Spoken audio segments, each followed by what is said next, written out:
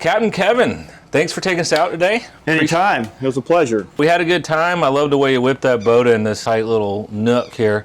What I found very impressive was the vibe you guys put out there on the water. Y'all were singing, you were dancing, you were clapping.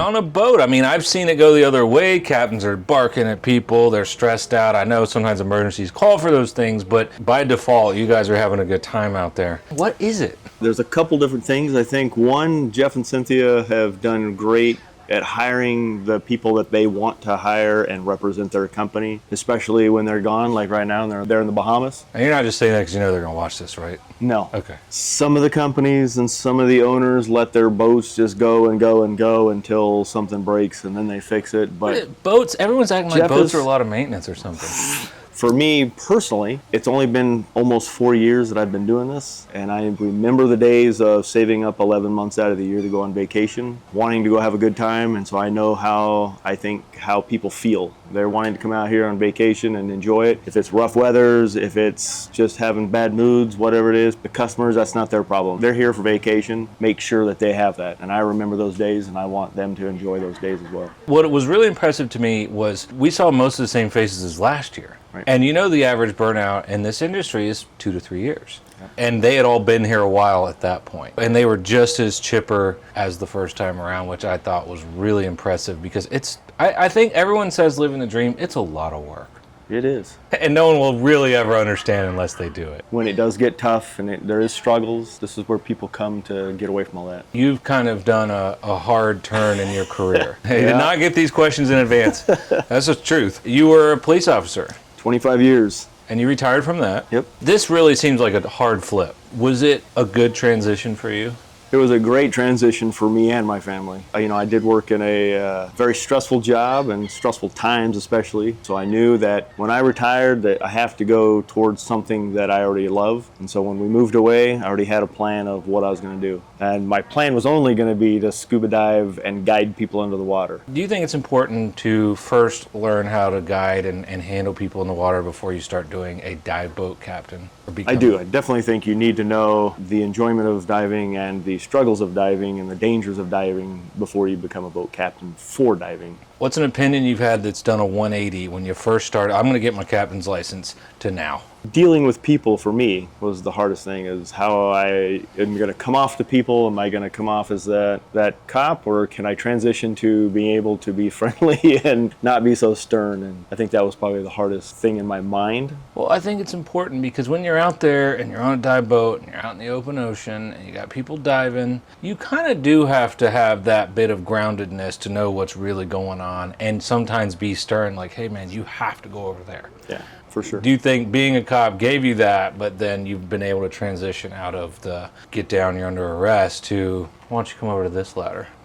I hope I've been able to do that. You tell me. Oh, y'all did. No, y'all were great, or we wouldn't be here. Right. That's why we're here, because you guys are a model. You're a flagship of what it can be like. And this is why we came back. We were here a year ago. Okay. What's something you see people bringing on? It's like, hey, you actually don't need that. Weights. Definitely don't need to bring your own weights. I know people like to maybe already be prepared and have what they were going to need, but especially if you're going to be flying or going through an airport. You're preaching to the choir. Anything I cannot have to bring. Right.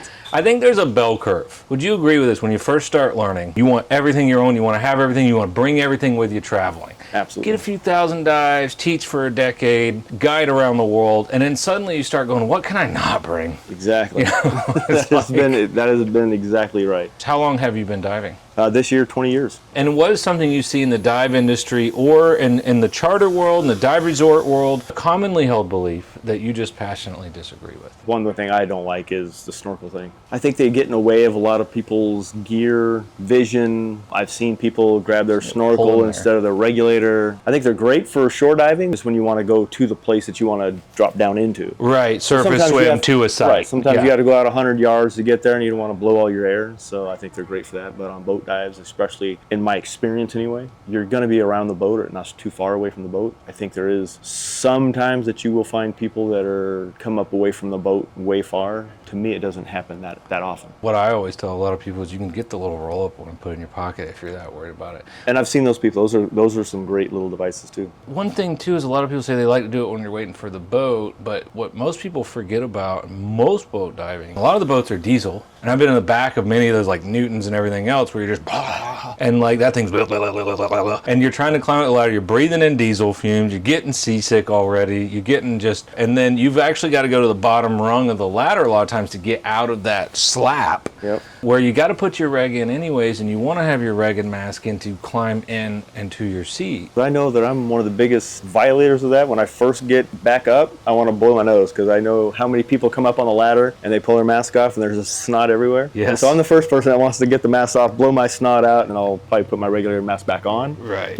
But I do, as soon as I get to the ladder, that's probably one of the first things I do. That's a big habit though, is people want to pull everything off. Yep. And then like if they fall back or whatever, you got new problems. But no, I get For you. sure. What is the biggest thing that you have to deal with at this resort, the resort side, they don't have to deal with? Probably weather. People may be asking about weather, but as you guys were out there today, they don't have to deal with the 4.5 foot seas that we may have to deal with trying to rescue people or just please people that we can't control that. The weather happens. That's a common theme. Seems like everyone's saying weather. Is it? All right. Yeah, you're tracking. What are you looking forward to? Exploring more. Like The what? Keys and the diving world. I haven't seen as much as I want, but I want to see a lot more. Captain Kevin, it has been a pleasure, man. Nice having you guys on board. And thank you. And thank you. All right, guys.